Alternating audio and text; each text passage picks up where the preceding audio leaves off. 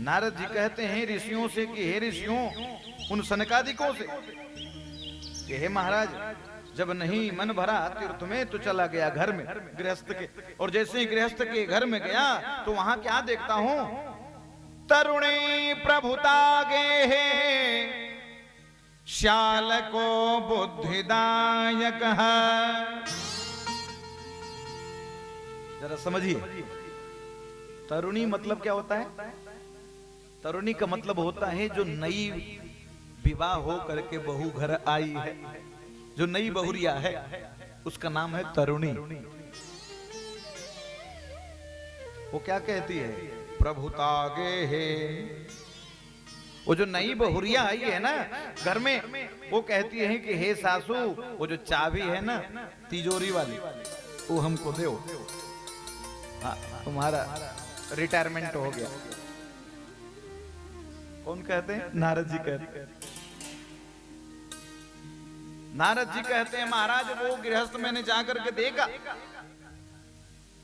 तो गृहस्थ में यही देखा कि जो नई बहुरिया है वो मालकिन बनना चाहती है, और जो इतने दिन से सासू माँ बेचारी पता नहीं कौन कौन से समस्या का समाधान करते करते कष्ट उठाते उठाते यहाँ तक आए जी, अब वो कौन मालकिन बनना चाहती? वो जो नई बहुरिया आई। नहीं नहीं, चाबी हमें दे दो। क्यों? क्योंकि ना तो आपको आंख से दिखता है और ना कान से सुनाई पड़ेगा। तो ऐसा मालकिन रहने से क्या फायदा? तरुणी प्रभुता गे है। और बीच में एक और घटना घटी। क्या?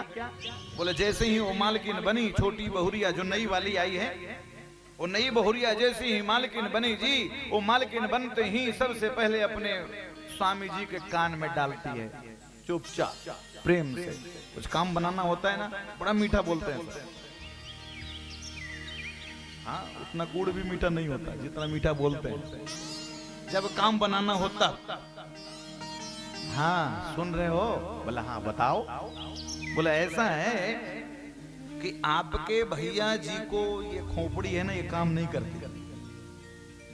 बोले अच्छा, तो क्या करूं? बोले ऐसा भाई के साथ रहने से क्या फायदा जिसका दिमाग ही ना हो। पागल भाई के साथ रहने की आवश्यकता बिल्कुल नहीं है। तो क्या करूं? सबसे पहले उनसे बातचीत बंद करो। आंगन बड़ा है तो बीच में दीवार करो।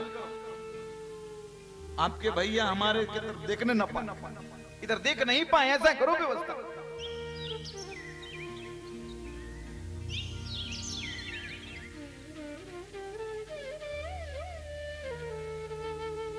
इसको उतार दूं दिलेश्वर जी? हैं? गुस्सा तो नहीं होंगे ना?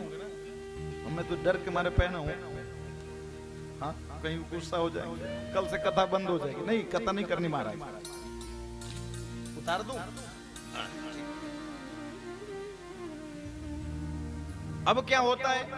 और जैसे ही बीच में दीवाल आता है जी, जबकि भाई का सलाहकार भाई ही होता है, और वो जो नई बहुरिया मालकिन बनी, मालकिन बनते ही वो भाई भाई में 36 का आंकड़ा कर दिया। हाँ, इस राज्य का नाम क्या है? छत्तीसगढ़ है। तो यही 36 वाली आंकड़ा कर दी।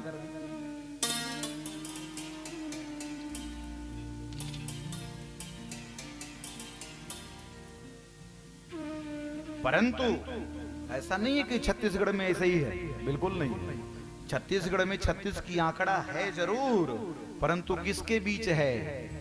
वो अधर्मियों के बीच है। जो अधर्मी चुपचाप छुप छुप करके वार कर रहे हैं सनातन पे, उनके साथ 36 की आंकड़ा। मैं कल निवेदन किया था आप सबसे,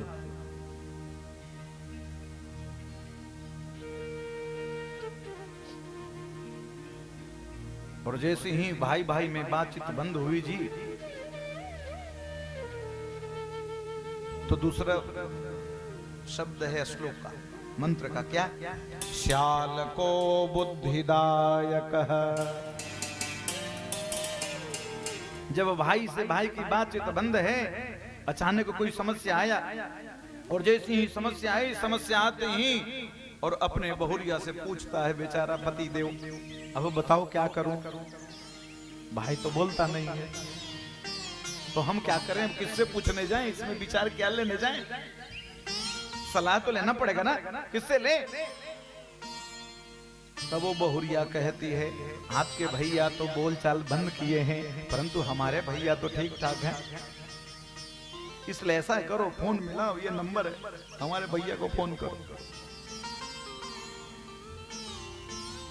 वेद व्यास जी की लेखनी उठी और उन्होंने लिख दिया क्या?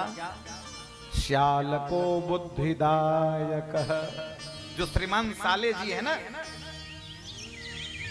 वो जीजा को बुद्धि देंगे। और जरा समझना, महाभारत में शकुनी भी बुद्धि दिया था नहीं? हाँ, कैसा हुआ सबको पता है कि जब बहन के घर में भाई बुद्धि देता है तो उस कुल का नाश कंफर्म रहता है, होना ही होना है।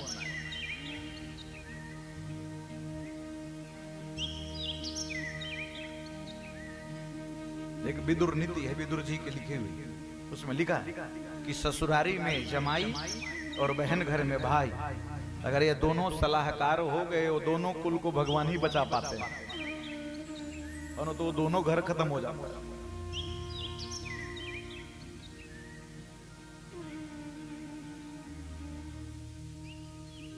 नारद जी कहते हैं कि क्या कहूं प्रभु, जिस घर में बड़ों की प्रभुता होनी चाहिए, जहां बड़ों का आदर होना चाहिए, जहां बड़ों का सम्मान होना चाहिए, जहां बड़ों की बात माननी चाहिए, वहां तो जो छोटी बहुरिया है ना, जो नई वाली आई है, वो कहती है कि मैं मालकिन बनूंगी,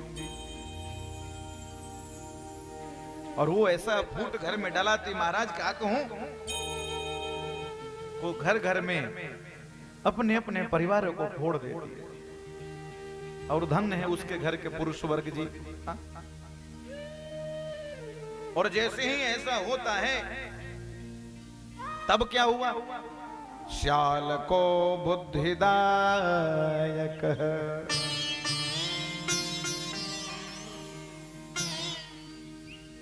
उनके घर में बालक आदि हुए,